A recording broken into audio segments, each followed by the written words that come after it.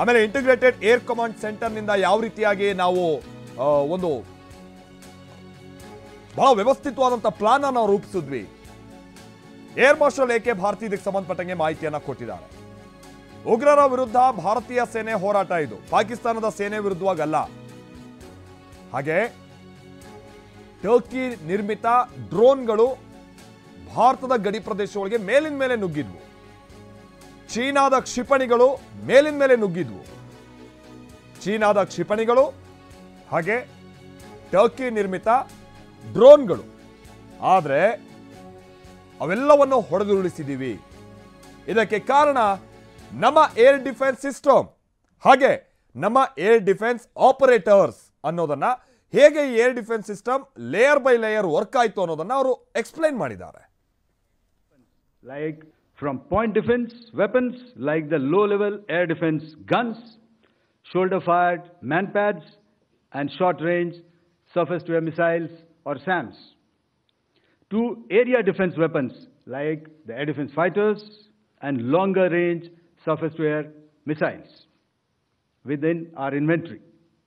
Additionally, the numerous waves of drones and unmanned combat aerial vehicles employed by Pakistan were also thwarted by the indigenously developed soft and hard kill counter US systems and the well-trained Indian air defense personnel. All this was brought together as an efficient and effective. ಗಡಿ ಭಾಗದಲ್ಲಿ 3 ಸೇನಾ ಪಡೆಗಳು alert ಆಗಿವೆ ಅನ್ನೋದನ್ನು ಅವರು ಮತ್ತೆ ಹೇಳಿದ್ದಾರೆ. ಯಾವುದೇ ಪರಿಸ್ಥಿತಿಯನ್ನು ಎದುರಿಸೋದಕ್ಕೆ ನಮ್ಮ ಸೇನಾ ಪಡೆ ಸರ್ವಸನ್ನದ್ಧವಾಗಿದೆ.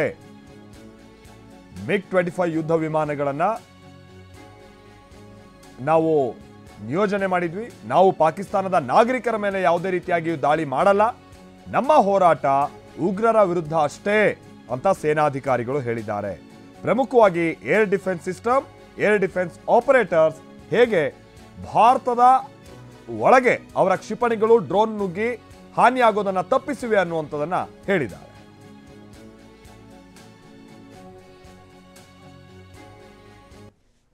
पाकिस्तान के ड्रोन्स और वेपनाइज्ड यूएवीज से की गई हमलावर कोशिशें भी इस ग्रिड के कारण नाकाम हुई और जो बचे कुचे ड्रोन्स थे उन्हें हमारे शोल्डर फायर्ड हथियारों से मार गिराया गया.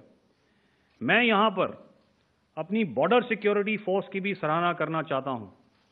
उनके डायरेक्टर जनरल साहब से लेकर बॉर्डर पर तैनात बीओपी पर पहरा देने वाले आखिरी जवान भी हमारे इस अभियान में बढ़ चढ़कर शामिल हुए और बहुत बहादुरी से उन्होंने हमारा साथ दिया.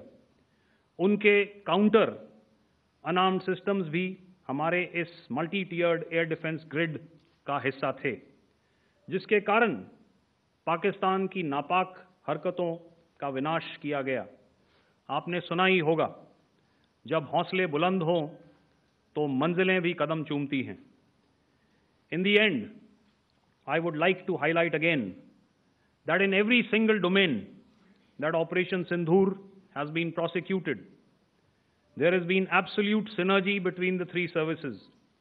Not only have we, in this endeavor, been fully supported by our government, departments, and agencies, I cannot here not mention our 140 crore countrymen that have stood behind us with their prayers and goodwill, urging and inspiring us to achieve our mission and objectives.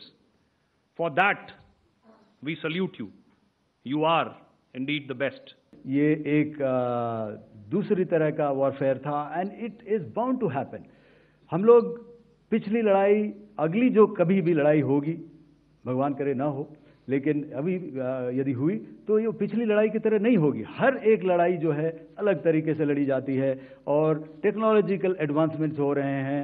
हम भी उस advancements के हिस्सा हैं, हमारे adversaries भी हिस्सा हैं. So it is a cat and mouse game and you have to be ahead of the curve to beat your adversary. So that is what is going to happen. So if you ask, was this different? Was this engagement different? Definitely it was different. And a lot of new aspects have come out, but we were prepared for it, we were trained for it, and we were equipped for it. That is the only aspect that I can share with you at this time. ये एक दूसरी तरह का warfare था and it is bound to happen. हम लोग पिछली लड़ाई, अगली जो कभी भी लड़ाई होगी, भगवान करे ना हो, लेकिन अभी यदि हुई तो ये पिछली लड़ाई की तरह नहीं होगी। हर एक लड़ाई जो है।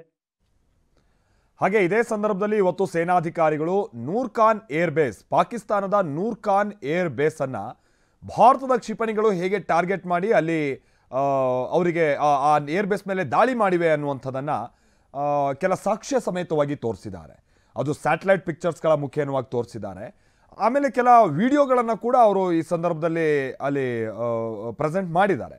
ಬಟ್ ಈ ವಿಚಾರ ಏನಂತಂದರೆ ನಿಮ್ಮಂಥ ಸೋರ್ಸ್ಗಳ ಮುಖೇನವಾಗಿಯೇ ನಮಗೆ ಸಿಕ್ಕಿರೋದು ಅಂತೇಳಿ ಭಾಳ ತಮಾಷೆಯಾಗಿ ಹೇಳಿದ್ರು. ಅದು ಯಾವ ಅರ್ಥದಲ್ಲಿ ಹೇಳಿದ್ರು ಗೊತ್ತಿಲ್ಲ.